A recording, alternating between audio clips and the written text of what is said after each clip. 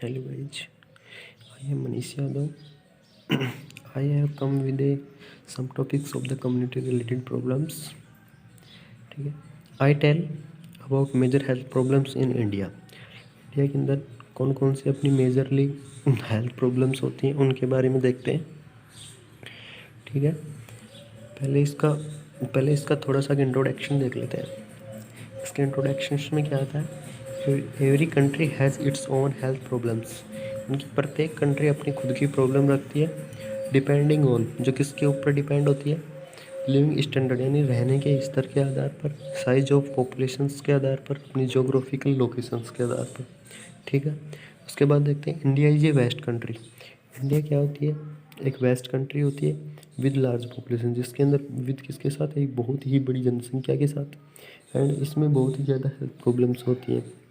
ठीक है, उसके बाद देख लेते हैं कुछ काज होते हैं इसके, उन काज को यानी कुछ कारणों को देख लेते हैं, किन कारणों की वजह से अपनी जो मेजर हेल्थ प्रॉब्लम्स होती हैं क्रिएट होती है।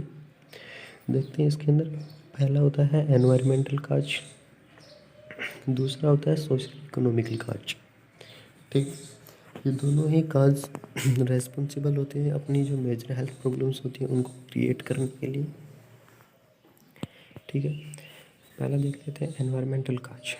एनवायरमेंटल काज के अंदर क्या क्या आते हैं, lack of the safe drinking water, पीने का पानी साफ़ नहीं होना, lack of the basic sanitations, जो सामान्य रहने की साफ़ सफाई की कमी होना, क्राउडिंग लिविंग कंडीशंस, इनकी रहने की जो कंडीशंस होती है वो बहुत ही ज़्यादा भीड़ भाड़ होना। ठीक है, population, water, food, soil, air वगैरह भी रेस्पॉन्स होती है अपने मेजर हेल्थ प्रॉब्लम्स को क्रिएट करने के लिए।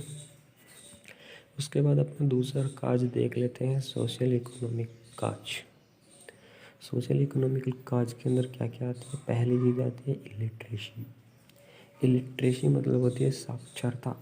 साक्षरता के कारण भी अपनी हेल्थ प्रॉब्लम्स क्रिएट हो सकती हैं।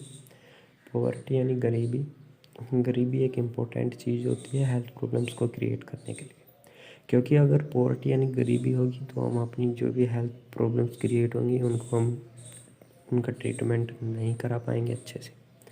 उसके बाद इग्नोरेंस आता है।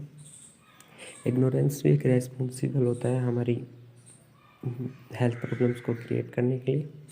उसके बाद रैपिडली पॉपुलेशंस ग्रोथ, रैपिडली यानी कि तेज़ी से जनसंख्या वृद्धि होना, ये भी एक काज है और इम्पोर्टेंट भी है, क्योंकि अगर तेज़ी से जनसंख्या वृद्धि होगी तो हमारी जो गवर्नमेंट सर्विसेज हैं वो सभी को उपलब्ध नहीं हो पाएंगी। ठीक है, उसके बाद आता है lack of the personal hygienes, यानी कि खुद की पर्सनल हाइजीन्स की कमी के कारण भी हो सकता है।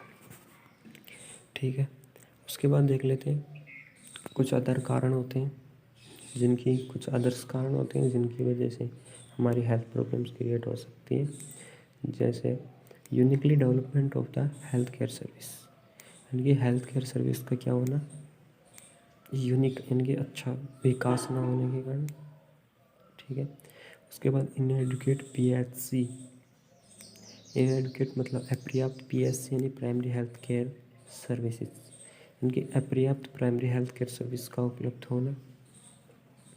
उसके बाद इसका क्लासिफिकेशन आता है कि मेजर हेल्थ प्रॉब्लम्स को जो इंडिया के अंदर होता है वो मेनली कितने भागों में बांटा गया है। ठीक है, इसके मेनली इसको 4 पार्ट में डिवाइड किया गया है।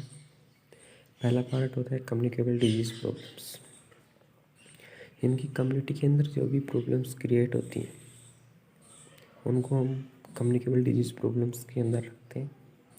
उसके बाद आता है न्यूट्रिशनल प्रॉब्लम्स। न्यूट्रिशनल प्रॉब्लम्स क्या होता है कि हमारे जो खाने पीने की वजह से जो प्रॉब्लम क्रिएट होती है बॉडी के अंदर। उसके बाद आता है एनवायरमेंटल प्रॉब्लम्स, यानी कि कुछ ऐसी हेल्थ मेजर प्रॉब्लम्स होती हैं जो हमारी एनवायरमेंटल के कारण भी होती हैं। उसके बाद आता है पॉपुलेशंस प्रॉब्लम्स। पॉपुलेशंस प्रॉब्लम्स का मतलब होता है कि जनसंख्या बढ़ने के कारण कौन कौन सी मेजर हेल्थ प्रॉब्लम्स क्रिएट होती है। ठीक है, आगे देख लेते हैं कम्युनिकेबल डिजीज प्रॉब्लम्स, इनकी पहला देख लेते हैं कम्युनिकेबल डिजीज प्रॉब्लम्स।